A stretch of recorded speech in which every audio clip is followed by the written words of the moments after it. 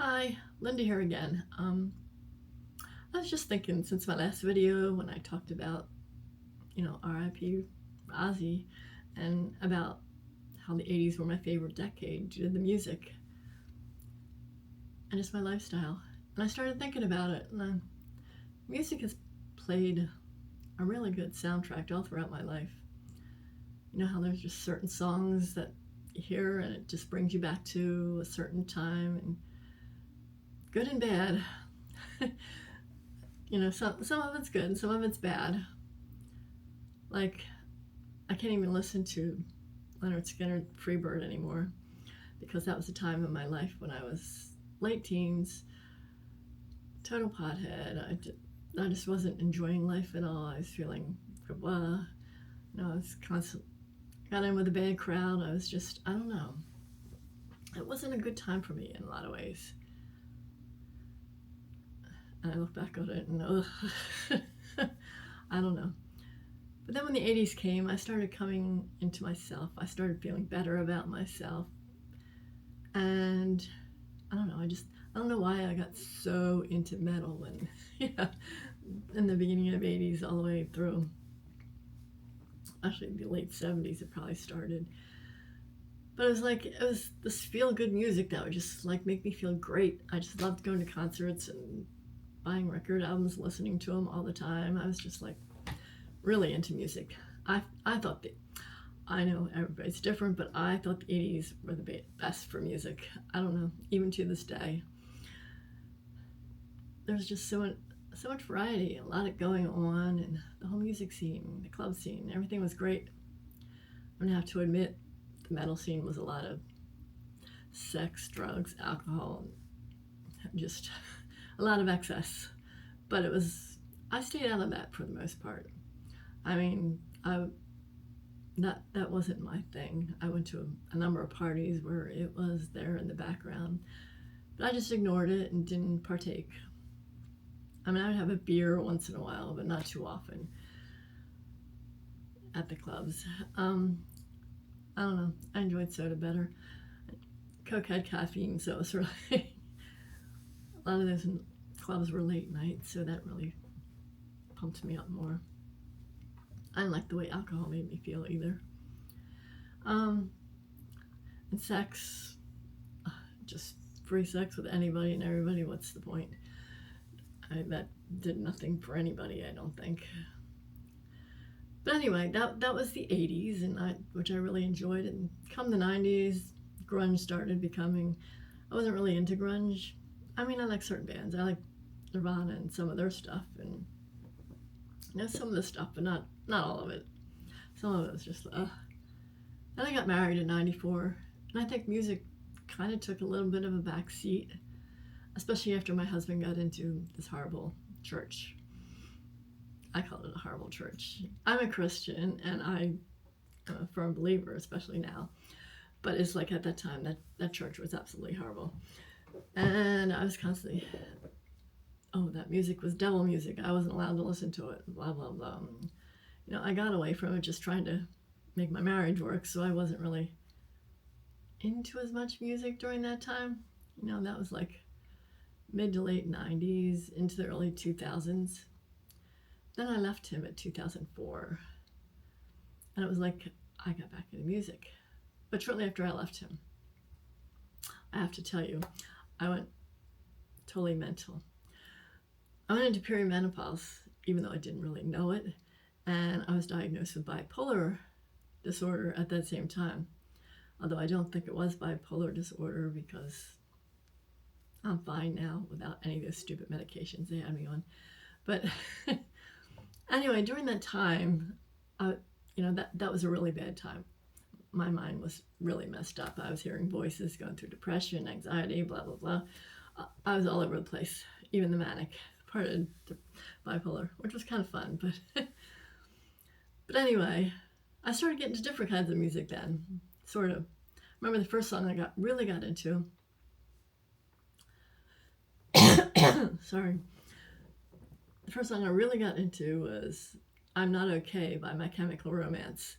It was just that song just totally resonated with me because I knew I wasn't okay. And I was just like, oh, that's perfect for this time in my life. And I also heard like an interview with the band, and one of the members I remember was diagnosed with bipolar. Another one was dealing with depression at times, and it sort of like made me feel not alone, that band. I love the Three Cheers album. It was just so good. I still listen to that to this day, and I enjoy it. Even though my mind is totally normal anymore, but I still enjoy it. And then other times, like when I was in depression, I got into a band named Him at one point. I really liked their music, and then they had a song called Join Me in Death. When I was really into suicidal depression, I was feeling all I wanted to do was die and trying to figure out a way to get there. I used to listen to Join Me in Death over and over again. I know Him said they wrote that song. It was like Romeo and Juliet. It was for Romeo and Juliet. But for me, it just, I don't know, it was there. It was a soundtrack of, when I was going through depression. And I'm still here. I didn't do it. I was in therapy at that time, and even with a psychiatrist for the bipolar and all the medicines, and so I'm still here. But I know, I can remember back in the 80s when Judas Priest, a family sued them for a song because they said that particular song caused their sons to commit suicide. I thought that was so, I don't think they won the suit or anything, but that was just like totally stupid. They were trying to look for something to blame it on, when really the only thing to blame was their kids weren't right up here. They needed help. And maybe the parents didn't realize it or couldn't get them the help. I don't blame the parents either. But the parents should not, you can't think that a song is going to cause somebody to kill themselves. No, you're not right up here. You need, don't blame the song. And I also like the song Killing Loneliness from Him. I spent a lot of hours listening to that one on repeat too when I was alone and feeling love from the bipolar and just depressed, and I don't know. It's like songs can really do something for you. I mean, they helped me through some of the roughest times. I mean, I look at heavy metal as kind of saving me. I went from being that yucky pothead that just didn't enjoy life, and it was just like, and didn't care about anybody or anything, seemed to all of a sudden I did. I got more confidence. I got into something. I got a bunch of friends at the time who were into the same things as me. I don't know. I just felt like not so alone. It just made me a better person. I know that probably sounds weird to anybody who doesn't like metal. Thinks it's,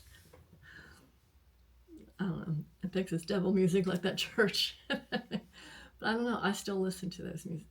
I've been listening a lot lately to Ozzy's Boneyard on Sirius XM. They've been playing a lot of Ozzy.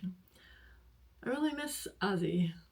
I mean, I think we all knew it was coming, because he wasn't quiet about it. We know. But at least he got to do that last concert, even if he was unable to stand. He was just sitting there. But I say more power to Ozzy. I know his family's grieving.